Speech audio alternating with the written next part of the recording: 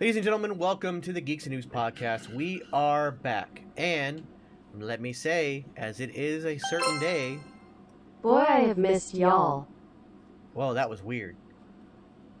Yeah, we have missed you too. I'll go in a little bit into detail about what's been going on, but may the 4th be with you, ladies and gentlemen. It is the Geeks and Noobs podcast. I'm your host, Super Beer Vince Hoover, joined as always by the Ginger Ninja, and down below, my co-host, Kel McCosplay, dressed as a... monk with a lighting problem. Hold on a second. I need to close out. Screw you, Vince.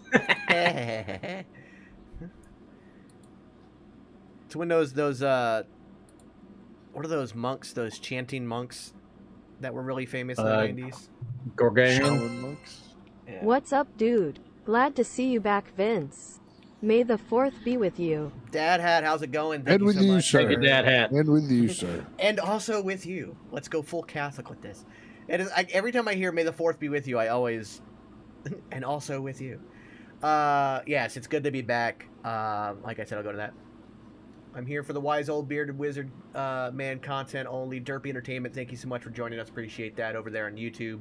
That's right. If you're on YouTube, hit that thumbs up button, like, subscribe, hit the notification bell so you know when we go live. If you're here on Twitch, please follow us. If you're feeling ever so generous, please subscribe. Or you can use your Prime subscription, make Jeffrey Bezos pay for it, stick it to the billionaires. If you're over on Kick, please subscribe to us there. If you're on Facebook, hit that thumbs up button and share it with your friends and follow us at the Geeks and Noobs podcast. Matt Ward, welcome back. Thank you so much. I appreciate that very, very much. AJ, of course, very, very much. Derpy Entertainment is currently watching Volume 2 of Visions. Visions is a very interesting thing I want to get into. We're going to be talking about everything Star Wars today. All of it. Something that has spanned over 40 years. The first one came out, was it? I had the dates and now 77. I forgot them. Thank you. I was going to say 77, but I was like, I don't think that's right. But it is right. Yep. Yeah, so we're talking, that's 46 years ago. 46 years. That's crazy. I don't remember a time without Star Wars. Exactly. Yeah, I mean, again, as the elder statesman here, I don't remember a time without Star Wars. Like, it's something I watched very early on in my life. And so it's definitely something it's obviously got a very deep fandom. Can I be honest? I haven't watched Star Wars, but I played the GMES. Well, that's still something, AJ. Watch it. Yeah. If you ever get the chance, AJ, you should sit down and watch it. They're actually really damn good. Yeah, Yes. and I would watch them in release order, not in chronological order. And we'll get more into that a little bit later. Release order. Yeah, we'll get a little bit more into that a little bit later. Derpy says, I did see the Return of the Jedi this past Sunday in theaters. Yeah, they had like a lot of theaters were playing it, you know, whatnot. Yeah, it was for the 40th anniversary of it. Yeah. So that was going on, which was really cool. I remember, of course, again, grew up on the classics, the originals, 4, 5, and 6. I remember all the hype when the prequels came out and how insane that was. I was, you know, towards the end of my high school days when that happened. So still very, very old.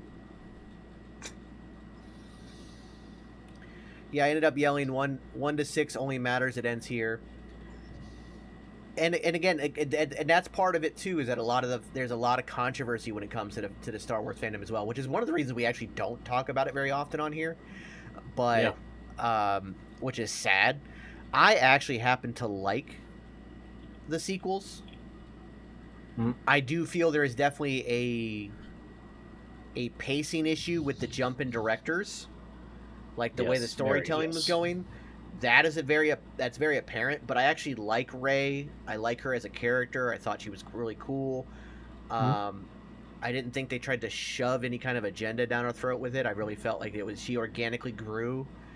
The Palpatine twist with it was a little interesting, but I grew to accept that very quickly. But I actually I enjoyed them. Like I never understood the hate for him.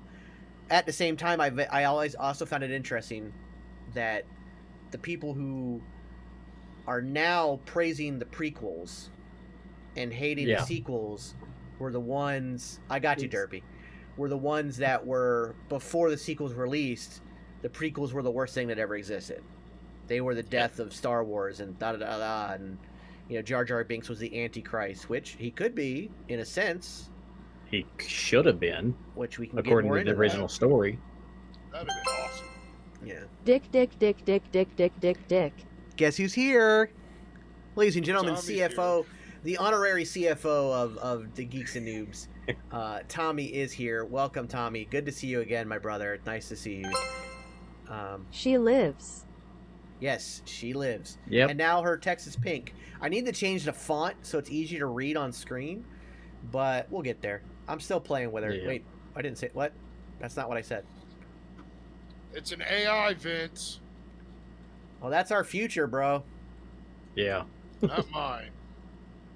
So you say. I've seen iRobot. Oh I know where shit, this shit's didn't going. see y'all. Hey guys.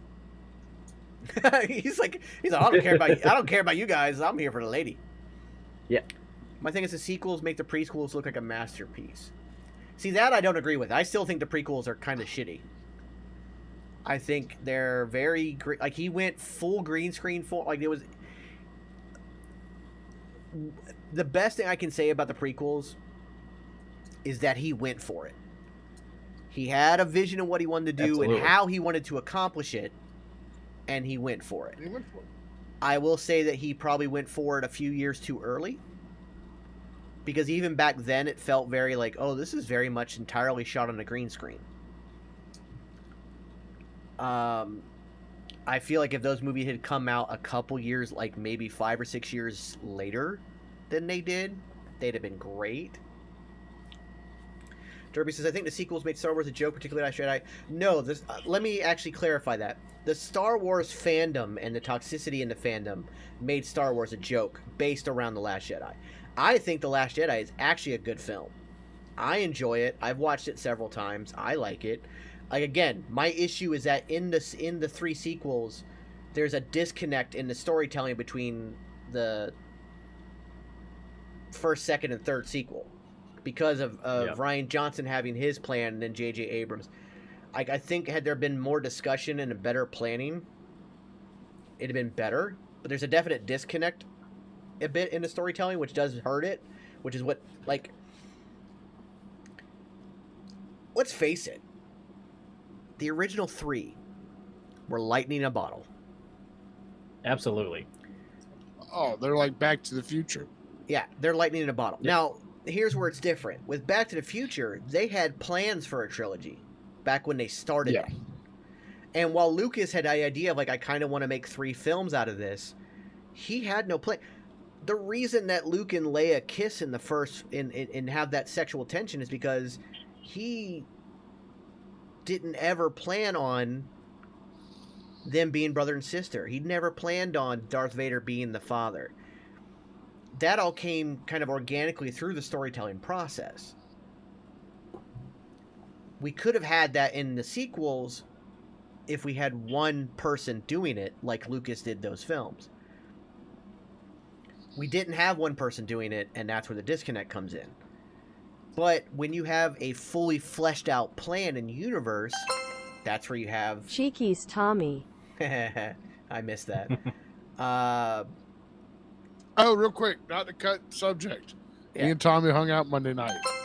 Right on. Right. You Oh, guys are well hanging out, Royally grabbed his cheekies. and you guys are going to be hanging out this Monday at Raw, right? Yes, and I will grab his cheekies at Raw Yeah. too. Okay, so Derpy mentions some of the issues he had with the sequels, and I gotta sneeze. It's like sitting right there, like that's it's just a sneeze. Yeah. Either come out or go back. Hey, Pick watermelon. one. Pick one.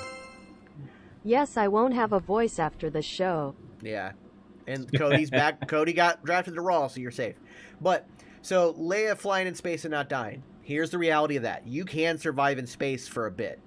But if you have force powers and the ability to project a forced aura around yourself, you could probably last in space for hours. Also, we assume they're human. They're not human. They're not from Earth. We have to take that out. We have to take human physics and logic out. We're dealing with force powers, lightsabers, flying aliens in space and shit. Let's not all of a sudden bring in physics and logic into a film now. If they want They're to not all human. walk out, They never come from Earth. yeah, exactly. If they all want to walk out in space and just breathe space air, which isn't a thing, but you know what I mean, then that's fine Yeah. They because have- they're not human. They're humanoid. They're not human. Yeah, they have human like Features. feels to them, but they're technically not human. For all we Right. know, Luke could pull his pants down and have 4 penises. We don't know. I mean, That'd be awesome. Do you know how much running and flip flops I could do with that Jedi power? yeah. Oh, But what if God. they're on the back? May the 4 be with you. Well, what if they're on the back though? Like you don't get to see it. Like it's all very impersonal. That'd suck. Wow. Yeah. That's And then Luke throwing away his father's lightsaber. Well, here's the thing: the lightsaber that he's given, that is supposedly Anakin's lightsaber, isn't Anakin's lightsaber. Thanks to the prequels, because he loses it. He also doesn't care about it. Like all that talk about, like they care about their lightsabers and it means so much to them, and he just randomly Anakin throws it like twice. Just gets rid of it. Like it's not the original Anakin lightsaber either. That's gone, thanks to the prequels. So there's a whole lot of like plot holes for the sake of digging too deep into the lore. Ka chair RRRR ka chair Luke, I am your father. Now, Ginger, you and I spoke earlier today about misquoted lines. Yes. that is one of them. And that is one of them. The line is not, Luke, I am your father. It is, no, I am your father. Because he goes, you You killed killed my him. father, and he goes, no, I am your father. Like Obi-Wan never told you what happened to your father. He told me enough. He told me you killed him. No, I am your father. And technically, Obi-Wan's the one who did it. Yeah. If we want to get technical, the one who swung the blade, cut his legs off, and left him for dead in a lava pit was the guy who trained you. That means so. Yeah, But one of the greatest things that we get out of Star Wars, out of almost, actually, I think I can say this confidently. Out of any other fandom that is based off a movie series, there is more deep-rooted lore and world building with Star Wars than anything else that's ever existed. I agree with that. The Legends books, which I know are not canon, but you still have that.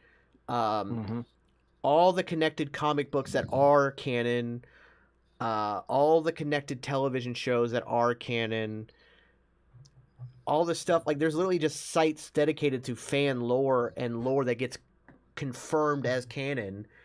And like the only thing I think that rivals that is comic books, and even they're not as tightly knit because that canon changes all the time because of periods of time and new writers, etc.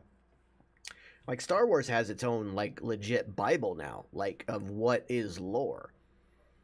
And before anybody comes out and say, I want to nip this in the bud real quick before we get into it. No, Kathleen Kennedy did not kill Star Wars. Disney did not kill Star Wars. In fact, I don't think so. we wouldn't have any of what we have now if it wasn't for Disney. We have a whole theme park. Yeah. And we wouldn't have any of the Star Wars movies going all the way back to 1977 if it wasn't for Kathleen Kennedy.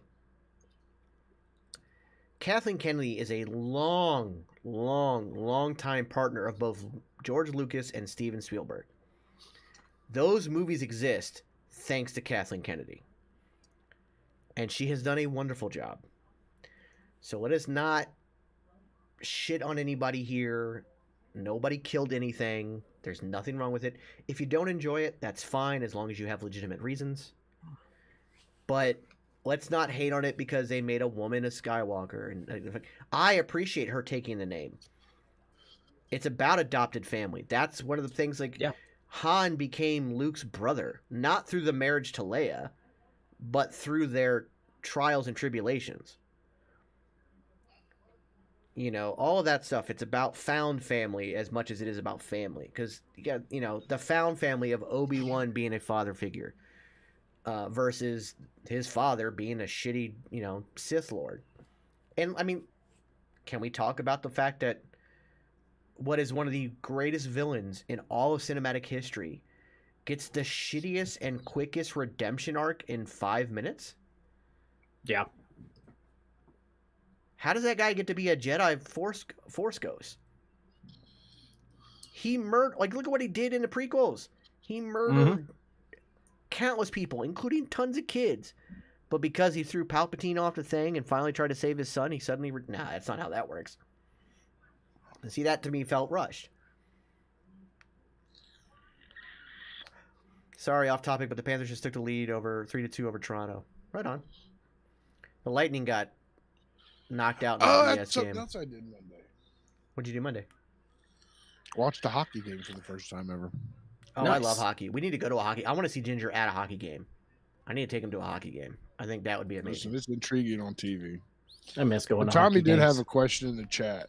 Since it's May the 4th, what is all like individually our favorite between all of them? Everything.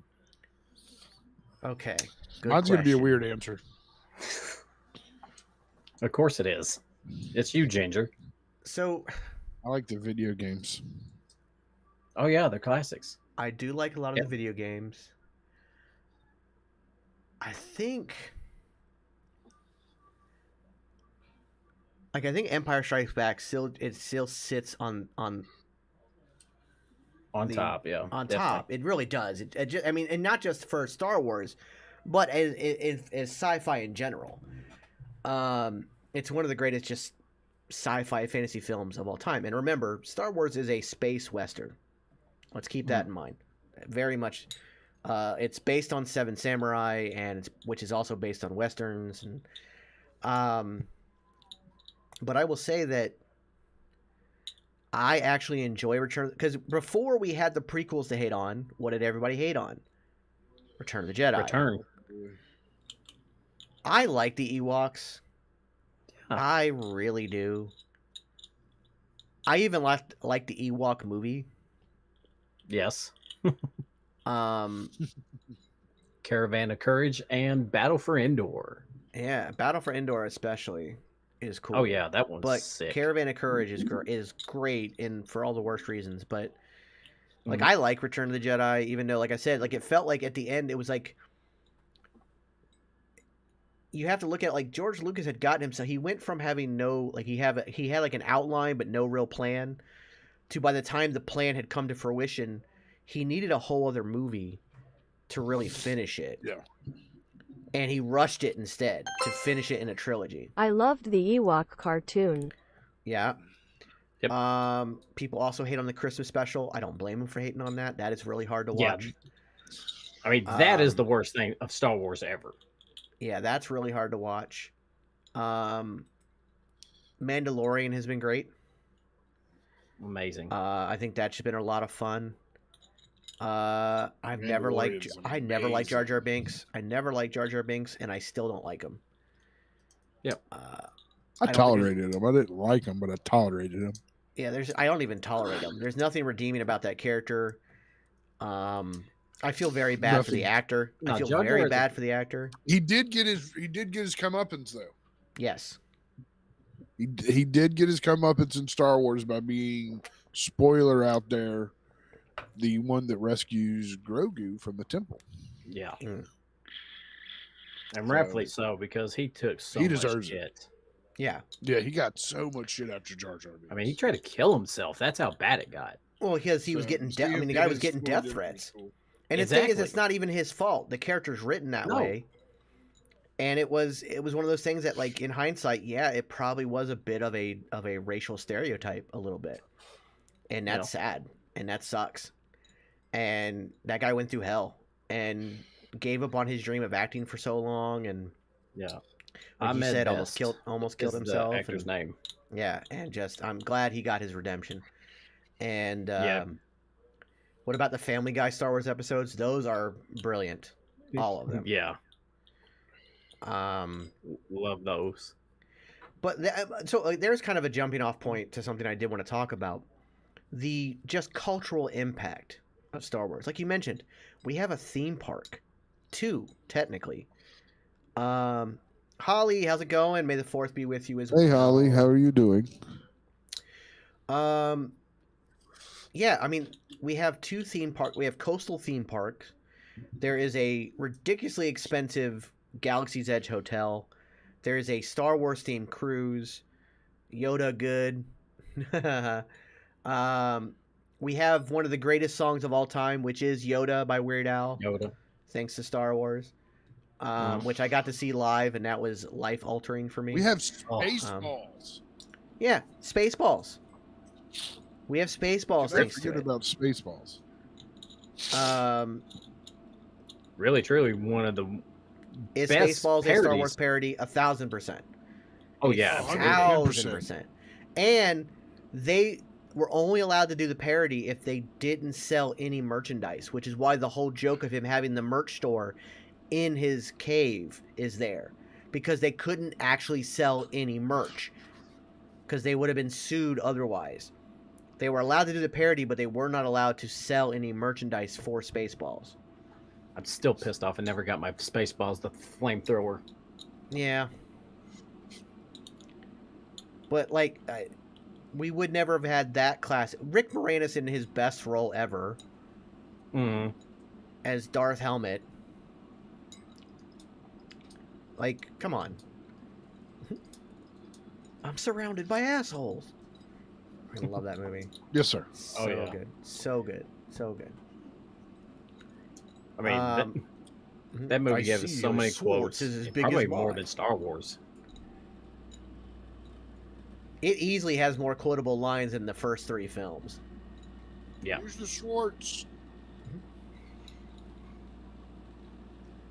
I am your mother's brother's sister's cousins twice removed by marriage. Does that mean we're related? No. So what's that make us? Absolutely nothing, which is what you will soon become. So great, so good. classic. So good. But yeah, culturally, Star Wars has impacted media like no other franchise has. There's been other good contenders, but never anything close to Star Wars. No, especially on the sci-fi front. Like, you have Star Trek, which Star Trek walked so Star Wars could run. Absolutely. The reason we have comic book conventions today, the reason like we have San Diego Comic-Con, New York Comic-Con, or say Comic Palooza coming to Houston at the end of May, where Ginger and I will be. Where are we going? Where are we going, Ginger? Where are you going to be? Going to Texas. Yeah, we're going to Texas. I got to do that again. I'm so happy. We're gonna. I'll write out that commercial and shoot that up. We'll shoot that up sometime this week. But we wouldn't be able to do that without Star Trek. But the popularity that they are now is thanks to Star Wars. Mm-hmm. And honestly, I think if Star Wars had bombed, there's a chance that comic book movies never exist. Because again, the cultural phenomenon that is Star Wars and what it's done for the geek culture and making it mainstream has allowed conventions to thrive. Because again, they started with Trekkie conventions. And then they dabbled in a little bit of other stuff. And then Star Wars comes out and boom, you have this massive fandom behind that. And so again, the cultural impact, and again, you have Darth Vader is almost always at the top of every greatest villain of all time list when it comes to cinema. Mm-hmm. And of just all time. Like, Darth Vader's always in the top 3 when it comes to just greatest villains of all time.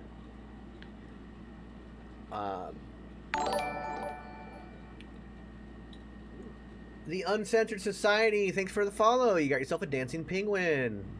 Thank you for the follow. Going to Texas to get some horchata. Yes, I will be bringing Allie some horchata. At least this way, if she forgets it, it'll be in her own home. So she'll be able to find it.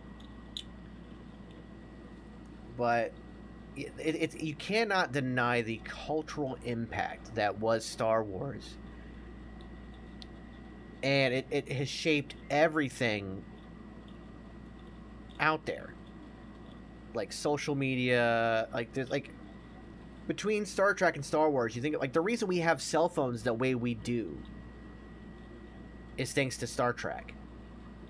And then you have stuff like in Star Wars, you know, we have this idea of a hero and a story, and it's shaped so many other things. It's when you break it down, like in all of storytelling from the dawn of the spoken word, there's a thing called the hero's journey, and I think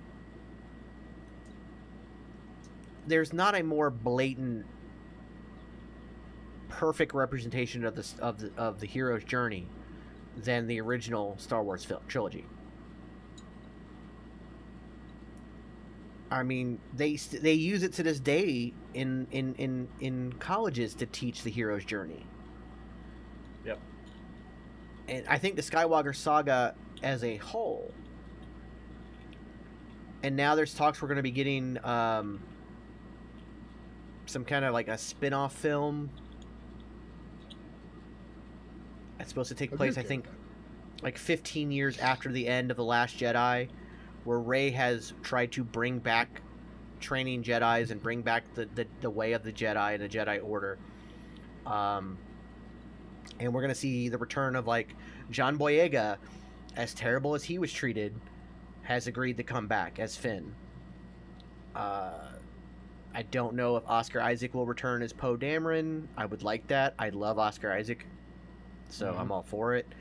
But I believe the Mandalorian will have some kind of play in it as well, because that character has become a cornerstone now out of nowhere. Yeah. But we've also had that. Go ahead. I was not excited for the Mandalorian at all when I first heard about it, because when I first hear Mandalorian, I instantly like Boba Fett, and Boba Fett is not my favorite character. He's not even in my top 20 favorite characters in Star Wars. We're gonna dive deeper. We're gonna dive deeper into that in a minute, but go on, because I have a lot of interesting stuff to talk about that. But once I found out it wasn't about Boba Fett, it was a different Mandalorian, I was like, all right, I'll check it out. And oh my god, this show is just absolutely amazing. And the storytelling, it didn't even matter that it was in the Star Wars universe. If they had just made an original show about this with the way it's written, it still would have been good. But the fact that it's set in this universe, and it's amazing. Yeah, I think that, we've had some hit or misses, but I think Mandalorian had really nailed it as far as that. I think Book of Boba Fett, unfortunately, was not good. No. But what's very funny, again, there's my favorite. You're my favorite Wookiee self-bet. There is a great documentary on the character Boba Fett. I believe it's on Disney Plus. Yes, there is. And how this character that was actually introduced in that horrid Christmas special, meant to be a background character, became his first appearance was in that special, and then in a parade. Yeah. Like, because the costume happened to be nearby. So they put him in the parade. And he became this cultural phenomenon. He is the worst bounty hunter in the world. He's terrible at it. He is. He really is. You look at any media, comic books, the novels, anything he's done, he's fucking horrible. The dude trips and falls, and he's the worst bounty hunter in the world. Yeah, and the way he's set up in like comic books and books, he's like the most badass bounty hunter out there. But think about this: his arch nemesis is a hole in the fucking ground that he not only fell into once, but twice. Twice he's fallen into the damn Sarlacc pit. There's this wonderful series. If you go to Mr. Sunday Movies, he covers these on his channel. We know we shout out Mr. Sunday Movies all the time here. And there's a kind of what if series about Star Wars. And so there's one for each film. So what if in the first film, when Luke shot the torpedo into the Death Star, the shot was perfect, but the torpedo he sent in was a dud. So it never blew up. Uh-oh. And then in the second one, like, so there's in each one they tweak one little thing, and how would the story play out then, if that happened. So there's one for each film of the original trilogy. But like even in that, like they have Boba Fett like going to get Han, who's in carbonite, and he goes to put a bomb on the Millennium Falcon as they're flying away, and he literally trips and falls off the thing and kills himself. And then the next thing you see is Lando Calrissian has a new desk, and that desk, when you look underneath it, it's Boba Fett in carbonite, because he tripped and fell and knocked himself out. And at one point, like Chewie took him, in one of the other ones, Chewie took him and just threw him against the wall and killed him. Like it was just like he just grabbed him and like the guy wasn't stealthy or nothing. He's the worst bounty hunter out there. And so I did find the series, and in the series it was very. It felt like grease lightning in space. You know what I mean? Like I expected all the ones on the all the kids in the Vespas to start singing "You're the One That I Want" halfway through the fight scenes. Yeah, really. But yeah, so it's not been all sunshines and rainbows when it comes to Star Wars, but like No. the Obi-Wan series was good. Visions has some good episodes in it. There's some terrible ones. They also have a weird Mega Man episode, which I didn't understand. It's just Mega Man. Yeah. It's literally there's a robot built by Dr. Light, and that is Dr. Light because it is drawn in the Mega Man style, and it is straight up Dr. Light. I feel like that one was like you're like the kid in the back of the class who thought the assignment was due next week and it's due tomorrow. So you just took something else that you had and you changed it around a little bit to make it fit. So I feel like somebody had like a I feel like somebody like had like a Mega Man story, and they're like, "Oh, by the way, you got your script ready for the Star Wars cartoons?" Yeah, I'm working on it. Okay, well they're due in an hour. Oh no, yeah, I mean I'm done. Give me just a minute. And then they had to like put it in the Star Wars. But then you had episodes like the daughter of the lightsaber maker. That episode was really good. So like I think Visions is a perfect little like microcosm of Star Wars in that there are really, really great aspects of it, and then there are just terrible aspects of it. So yeah, it's a great when I was little watching microcosm those, it really reminded me of those little mini shorts, or the shorts that we had like in the mid 2000s. Like they did one with Halo with like different art styles and different stories. One for Batman and yeah, like the Matrix, the Animatrix. yeah, exactly, yeah, it's exactly the same thing. Yeah, exactly. And also, it is a bit of a full circle thing because, like I said, the Seven Samurai is one of the biggest inspirations for Star Wars. So to go back into like a Japanese anime style is kind of a full circle thing. But I want to ask you guys about your earliest memories of Star Wars and how it impacted you when you were young. And I'm going to start with Ginger. What are some of your earliest memories of Star Wars? I remember we had the VHS tapes at the house. And I remember watching it. It was just I was a kid, so the outer space and the like Darth Vader Darth Vader scared the shit out of me.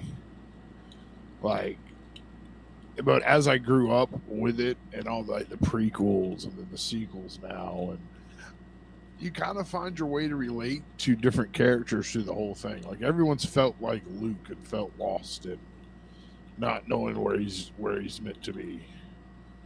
And I mean, everyone's felt like trying to be a rebel. Like, there's something for everyone in these movies. But I think my earliest one was my uncle, because he's the one that let us borrow the VHS tapes, and I remember because they were the gold ones. Yeah. Oh yeah, the special edition releases. Yeah, I remember those. That was the first time I ever watched it. Yeah. Kel, what about you? My earliest memory is like being 4 and 5 years old, and my mom had gotten me a bootleg copy. I didn't have the actual store-bought cassette, but I had a bootleg, and didn't start at the beginning. That's what I remember the most.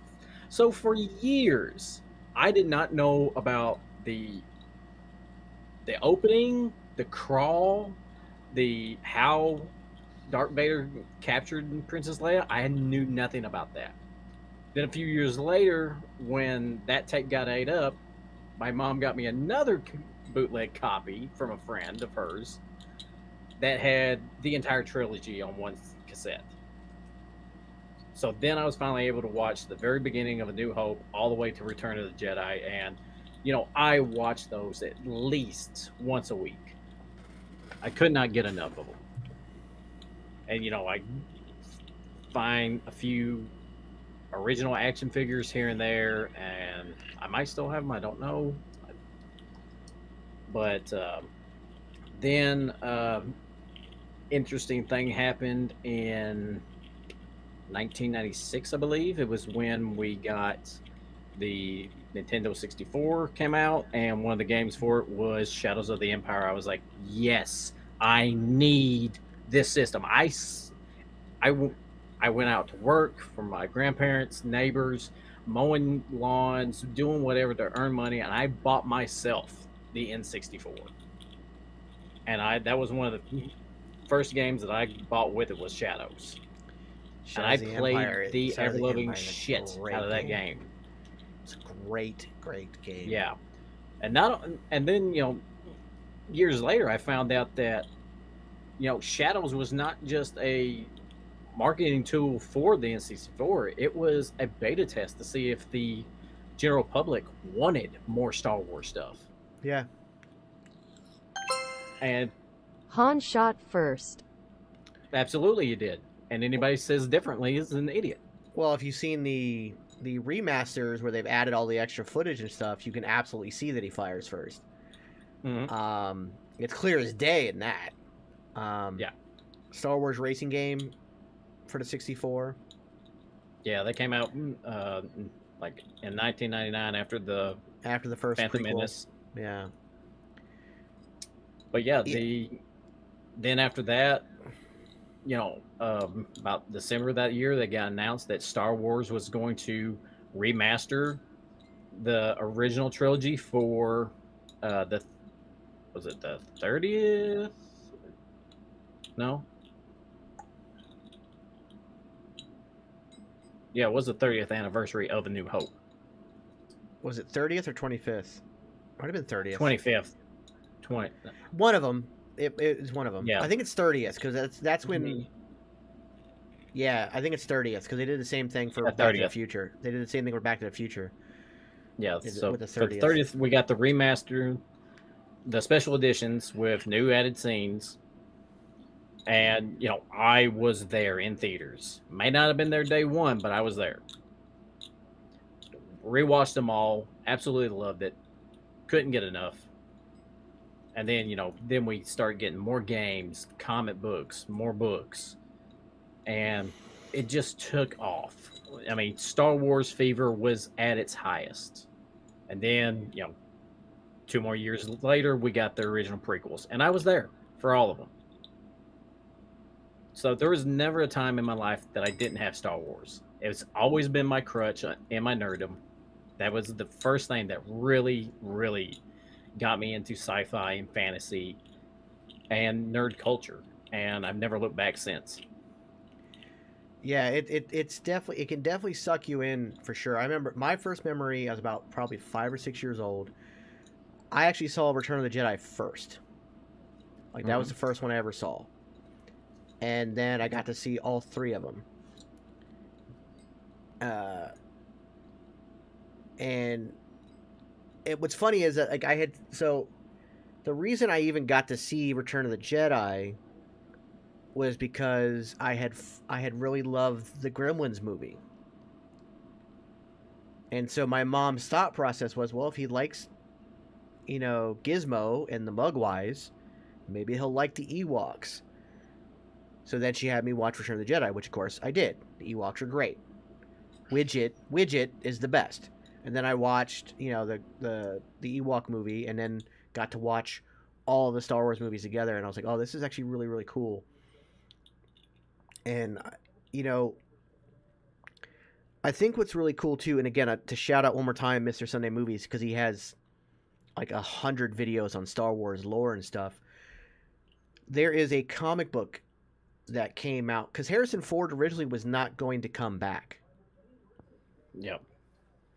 He did the first one. He wasn't going to come back for the second or third. They did eventually talk him into it, but there is a comic book that is what the story would have been. And it's a very different take on Luke, because they basically put Luke into that kind of suave, swashbuckler kind of role, the kind of almost jerk role that Han is. But I also like, so after watching the movies, and I've always been an avid reader, I started getting into the books. I remember specifically, and I can't remember the name of the book, and it bothers me that I can't remember the name of the book, but I remember the one where, you know, Han and Leia have kids. They have twins. And they get attacked, and a moon gets dropped on Chewie. And he holds that moon up for a bit before it kills him, so the twins can get away. And I remember them like, oh my god, they just killed off Chewie. In the most epic way. Like, if you gotta go, that's pretty badass. But I remember being like, oh my god, they just killed Chewie. Like, again, another like, I of course identify with Luke and Leia and Han, but I was always attached to R2-D2, Chewie, the Ewoks, like the side characters are what really got me, and I think that's where the world building, even when there was no set structure of a film, the world building that they did with that was fantastic. Because again, we have a little trash can on wheels in R2-D2 making weird beeping noises, and yet you love that character, and it's emotional, and like you get a lot out of it. And most vulgar character in cinema history. Yeah. They beat everything he said. He must be Australian. I love my Down Under people. But like, and then like Chewie, again, here's a character who doesn't speak. You don't actually know what he's saying, but you get all the emotion out of him. Mm-hmm. And something that's always been kind of a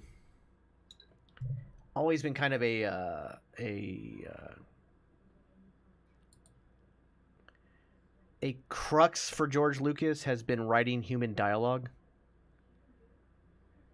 Yeah. He's never been great about that. And I think that the best proof you can ever give is how great characters like R2-D2 and Chewie and these other characters that aren't human and don't actually speak are done, and how well they're done. And how, like, if you look at, like, say, Indiana Jones, and how the best scenes have no lines in those movies. Great films, love the Indiana Jones saga as well, but the best scenes have no dialogue. Yeah. Of course, at least in the first film, especially. In most films, you know, some of the best scenes in films is ones with no dialogue. You just feel that emotion in the scene. Well, as a writer, I would have to disagree with that, because I think even if you look at a movie like we talked about John Wick recently, I think that a lot of the best scenes in that, the fighting's always amazing, but I think some of the best scenes are when you're getting the dialogue between characters. It depends. It depends on the movie, and it depends on how it's done. But like, exactly, George Lucas has always been known as a guy who has a really hard time writing human dialogue. Yeah, and that's one thing that is so heavy in the prequels. Mm-hmm. Like, there is so much dialogue in those movies. But again, you look at like Yoda, one of the most iconic characters and heavily imitated characters of all time, speaks like an idiot. And if you really break down the things he says, he's not saying anything of any consequence. Like, it's just the most nonsensical bullshit, even if you put it in the right order. Like, but you still relate to the character. Hmm. Which, by the way, one of the best things I found in those what ifs, the what if storylines, when Luke goes to train with Yoda, Han goes with him because things had fallen apart and they were on the run. So Han decided to go with him. And Yoda tries that whole con about, oh, I'll take you to Yoda. I know where he is. I'm just a crotchety old man. And Han instantly just read right through him and go, oh, no, he is Yoda. He's conning you right now. I'm a con man. I know another con. You know, like, Yeah, I you thought can't that was great. con a I thought con that was man. I thought that was great. Yeah. We've also, like, again, thanks to like David Filoni, Jon Favreau, George Lucas himself, and others, the world has been built out to such a massive degree. But going back to the original trilogy again, you find out more stuff. Like, there's a deleted scene where Yoda basically argues with the Force ghost of Ben or Obi-Wan. He didn't want to train Luke. Leia was always the one he wanted. Yeah. Leia is the legitimate chosen one. Luke kind of just almost forces his way into being that character because it's kind of like the only choice that Yoda had.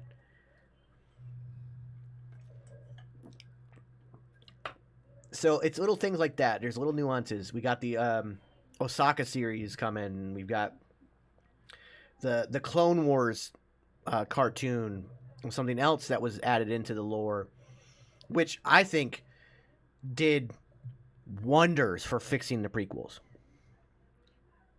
Yes, it did. It did wonders for fixing the prequels. Anakin is actually a likable character before he turns dark in the Clone Wars saga cartoons. Because let's face it, I love Hayden Christensen, but he's just an asshole at all times. The kid's unlikable in Phantom Menace, and then once he's like, and he's an emo. He's that emo kid in the back of class that the only reason you go ahead and lend him a pencil is because you know that he might be the one to show up with a backpack full of ammunition one day. So like you're like, I'm going to be on his good side. You're not doing it out of the kindness of your heart. You're doing it out of fight or flight. You're doing it out of survival. Like I have to survive. Like so, he just and like. It's like that scene from Happy Gilmore when Happy calls Steve Buscemi's character in that film. Yeah. He's like, hey, I know I was a jerk to you, and I just want to apologize. I was like, oh, thanks, I appreciate it. Then he takes Happy's name off his list. So, yeah.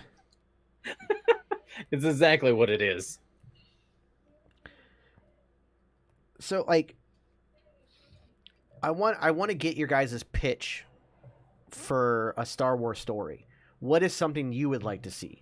Like, Dave Filoni, who's now kind of in charge and doing a lot of stuff, comes to you and said, hey, what do you want to see out of Star Wars?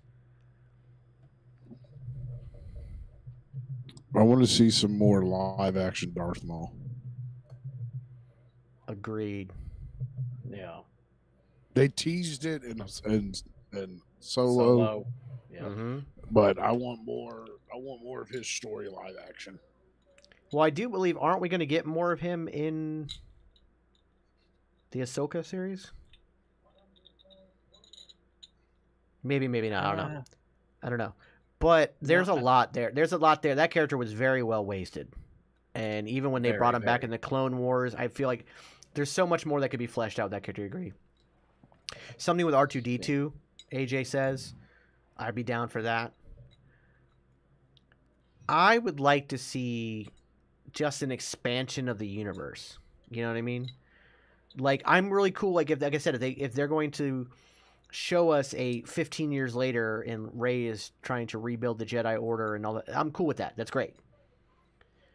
But I want to see other stories outside, because we get these moments with characters and we get these moments with these sidekicks, but I want to flesh out more of this universe that's out there and these characters and like I didn't need like Rogue One. I didn't need it. Like, it was so hard not to sit through that movie knowing that everybody dies. Like, because it's it's in between the prequels and like you just know. Although admittedly, like that scene, with Darth Vader in the hallway at the end, phenomenal. Which, by the way, I don't know if this makes Darth Vader more of a badass or of a sadistic idiot. When he's in that hallway and he's all darked out and all you see is him turn on his red lightsaber and that's all you see, that means he turned off the lights on his chest plate to add fear. But to do so, that's his life support. So that motherfucker was dying just to instill fear in people in a hallway. Still, I'd say that's badass. Because, you're literally going to kill yourself for just a little bit to make sure that these people have God-stricken fear.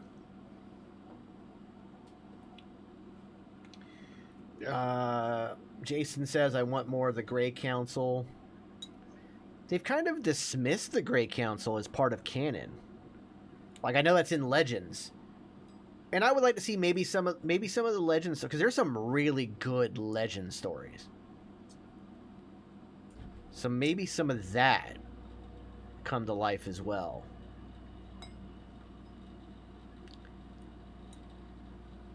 But I don't know. Like, I think I would just like to see them flesh out a little bit more of like the surrounding world. Even if you did it like episode by episode. Yeah. Just, in around the galaxy kind of thing, A lot like the Mandalorian did. Yeah, kind of. Yeah. Because that really did flesh out more of the universe. See, one thing I've always been curious, and I would really like to see, is like, do a Mandalorian style story, but tell the origin of the Jedi.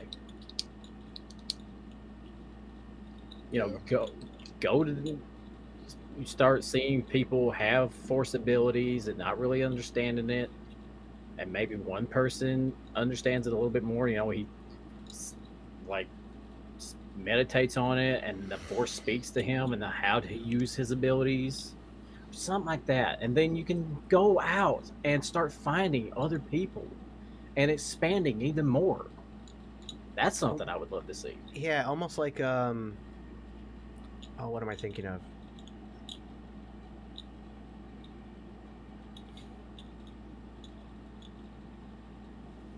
Crap. I know there's something I'm thinking, I can't think of it. But like, yeah, you're out there looking for others like you, and you're looking for others. So yeah, that would be cool. Because you're also what you're going to get out of that. The opposite side of that is you're going to get this, as the Jedi's come to be, so does the Sith. Exactly. So you're gonna get that side of it.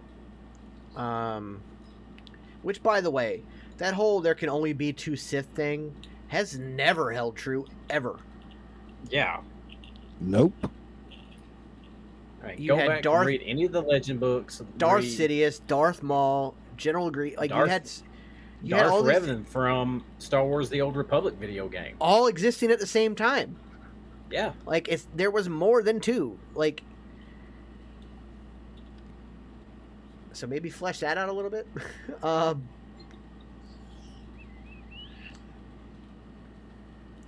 I think as we start to move away from those classic characters and start to expand the world again, like stuff like that, and what AJ says, I know this is about Star Wars, but what was y'all's opinions on the Power Rangers once and always? Jax. I went into it realizing I liked it, but I went in with real low expectations, going, this better be just like the TV show. Understandable. So, yeah. I liked it. I did too. I thought. I like weird shit. Yeah, I mean, there was a few things, little nitpicky things that I could name, but it's for another time. But yeah, all in all, I enjoyed it. For what it was, I enjoyed it. Yeah, exactly.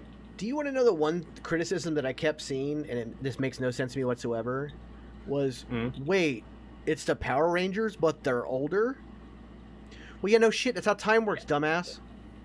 It's why it's a reunion special. Like, were you expecting them to go back in time? Like, what are you talking about? Like, I don't, like, what the... I thought that was weird, but yeah, it was fun. Yeah. And I think that's one of the things that the Mandalorian hits on too, is that you have this really compelling story, but it's also just it's fun. It doesn't take itself too seriously, which to me that is a critique I will give to the sequels and the prequels. Yeah. They tried to take themselves too seriously, whereas the first 3 films are about just making good fun films. Mandalorian does the same thing, and I think the Book of Boba Fett tries to take itself too seriously. Oh, we have this character that everybody loves, and we need to like really flesh him out and turn him into a hero, and blah blah blah blah blah. Like, no, you just off left field. it's just like it's fucking stupid. Mandalorian, great, because it's about okay, we have this new character, let's just have fun with it, and that's what I like. And I think Obi-Wan was a very serious series. But I think they went into it to like, let's have fun with this.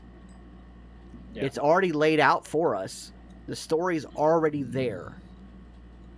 Let's just go out and put it out in the most fun and compelling way possible.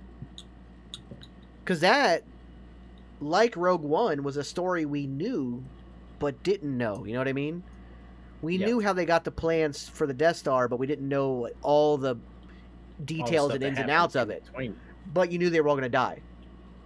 Yeah. With Obi-Wan, we knew that he was in hiding on Tatooine and all that stuff, and we didn't know the details, the minutia of it all. Yeah. But we got that. And that's why it was fun. I think that the Solo film was kind of unnecessary, but not bad. Yeah. But you're also talking about one of the most iconic characters in one of the most iconic series not being able to be played by the iconic actor who played him because it's a young version of him. Yeah, I didn't like it because Harrison Ford was not. There's only one Han Solo. At the same time, I thought Donald Glover was a fantastic Lando Calrissian. Absolutely, he was. I mean, you cannot say a bad thing about his portrayal of Lando.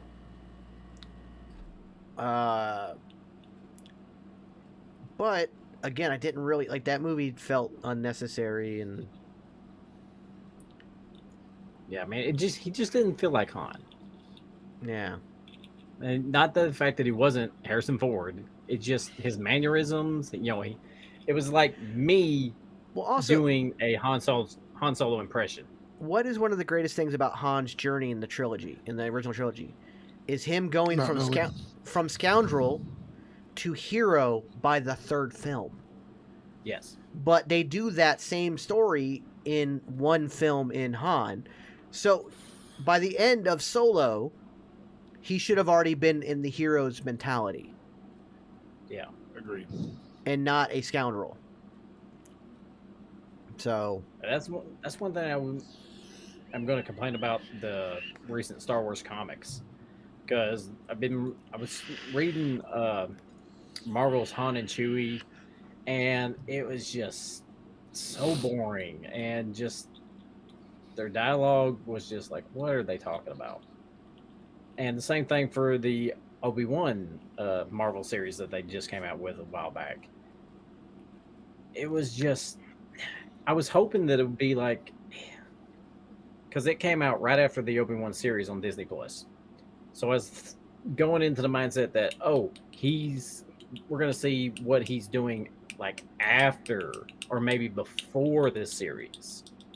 But it's just like Obi-Wan writing his memoir and just remembering tales of when him and Qui-Gon went on a mission, and when he was a kid in the Jedi Temple, and it was just so bogged and just drug out, and I just didn't enjoy reading them.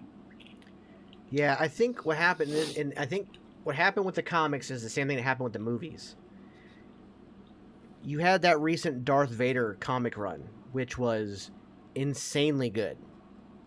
Insanely good. I hear it's still really good. Yeah, it's so good. But then you're like, how do we cash in on this mega cow that's giving us money? And that's what happened with Star Wars. And the problem is that not everything's going to land. And I think that like COVID had something to do with it, where we started getting we also got a bit of like, Just like there's superhero fatigue, there's also Star Wars fatigue. Because we were getting so much content all at once. So now it's like they're kind of slowed the pace again. And they're going to take their time with things. I think that's going to help a lot. And I think that, again, I think that the sequels will, in hindsight, over time, people will be like, oh, you know what? It wasn't as bad as I thought it was. Same thing that's going on with the prequels now. People are like, oh, that was the worst thing ever. It killed Star Wars. And now they're like, oh, man, the prequels were great. Da, da, da, da. It's like, no, they weren't. You know, it's just nostalgia has a way of, you know. Because the generation now that is shitting on the sequels are the ones that got those. We talked about our earliest memories about Star Wars and the original trilogy. They have that with the prequels. Their first experiences with Star Wars was their parents taking them at 4, 5, 6 years old to see the prequels in the theaters.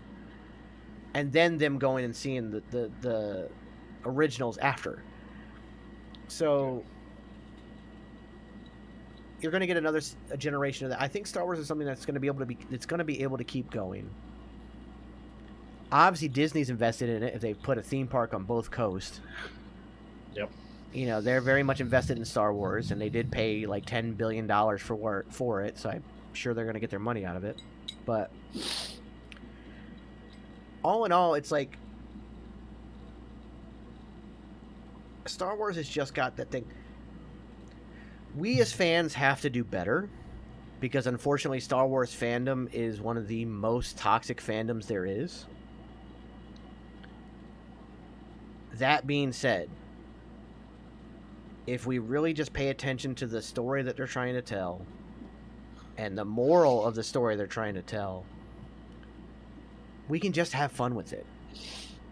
Yeah. And that's like me. I go into a lot of these movies with no expectation other than enjoying what I'm about to see. Mm-hmm.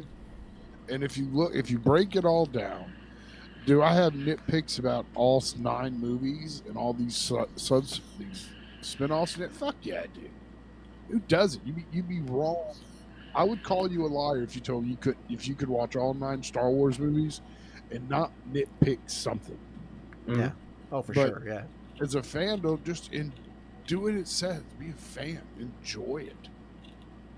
Like, I go to the movies. I ain't gonna lie. I'm gonna go to see Guardians of the Galaxy tomorrow. I'm gonna be gored out of my mind, eating my popcorn and M&Ms because you got to mix them. It's very good when you mix the popcorn and the M&Ms. I do popcorn and Raisinets. Ooh, yes. Ooh, I need you to try that. I might try that tomorrow then. What's great about it is the raisins will actually help pull the popcorn out of your teeth. Ooh, I didn't think Nice. about that. And so you get the chocolate, you get the raisins. So you actually get 3 things with it. It's really nice. Yeah, I would give it a try. It's very good. Another good one to try, by the way, is Bunch of Crunch with the popcorn. That's another good one. But Oh, yeah. do the Raisinette one. It's always good. Yeah, I'm going to go see Guardians of the Galaxy tomorrow as well. I'm also going to take a trip to the comic book store because I want to pick up. There's a new Superman series that's been going out, and I want to get. They're kind of taking him back to his roots, which I appreciate. So I want to pick that up, start reading that, pick up some other stuff. So yeah, we got a lot of stuff coming up. So next week we are going to take a deep dive into the entire Guardians of the Galaxy saga, Including the Christmas special. including the Christmas special, which is one of the greatest course. pieces of media that has ever existed. That thing is so good. So we're going to deep dive into that. Kel may or may not be here, but it'll be for very good reasons. His daughter's getting married, so they're planning the wedding out. It's next weekend, so he may not be able to make it, but if he is, that's great. Yep. But if nothing else, Ginger and I will hold down the fort and talk all things Guardians of the Galaxy next week, sticking with a space theme as well. Because the Guardians are kind of the comic book Marvel equivalent of Star Wars. Yeah. So we're gonna be sticking with that theme. We got that coming up. We also, I want to talk to everybody who's in the chat right now. As you know, lately we've been getting a lot of sponsors, and it's been great. We have an opportunity for new sponsors, and we actually have 4. So I'd like to get everybody's opinion in chat on who you'd like us to sponsor. So let me go through the sponsors real quick, and then you guys can hit us up on our socials or whatnot and let us know who you're thinking about, like who you think would be best. So we've got 2 like military-based MMO games. One called Warpath, which is a modern military strategy game. We've got World of Warships, which is about naval battleships. So it's a free-to-play MMO there. We've got the fairly standard for every streamer Raid Shadow Legends sponsorship. And we've also got the Final Fantasy 15 War for EOS mobile strategy game as a possible sponsor. Tell you what, I can make a poll on our Facebook page. Yes. And yes, do that. That'll be great. Will y'all be live for Friday Night Fight Night tomorrow? Yes. Yes. Yes, I was just about to talk about that as well. Due to my health issues, I did have to take some time off, and I cannot guarantee that we will be back on a full-time schedule. But with, some shows leaving and us cutting back our schedule, we will definitely... Opens up to bring all kinds of content. Yeah, so we're going to be doing a bunch of new content, new stuff. I'm going to turn Wednesdays into my gaming days. Starting this coming Wednesday, I'll be back to finishing. I'm going to finish Resident Evil 4 this coming Wednesday. And then I downloaded a bunch of horror game, little indie quick horror games to try to scare the shit out of myself. Because, hey, I have a heart condition. Why not try to kill myself on stream? No, Yeah, why not? but I Go love for it. playing horror games. I love playing horror games. So we're going to have fun with that. And we've got other stuff coming up as far as gaming goes. I might redo God of War Ragnarok because they now have New Game Plus mode. They've just added New Game Plus mode, so I might replay that game. AJ, I did get WWE 2K23 to work again. So Ginger and I, we're going to wait till after Houston now. But he and I will plan a time where him and I can sit down and do a full stream of the GM mode. And then we'll cut that up and put it on YouTube as well.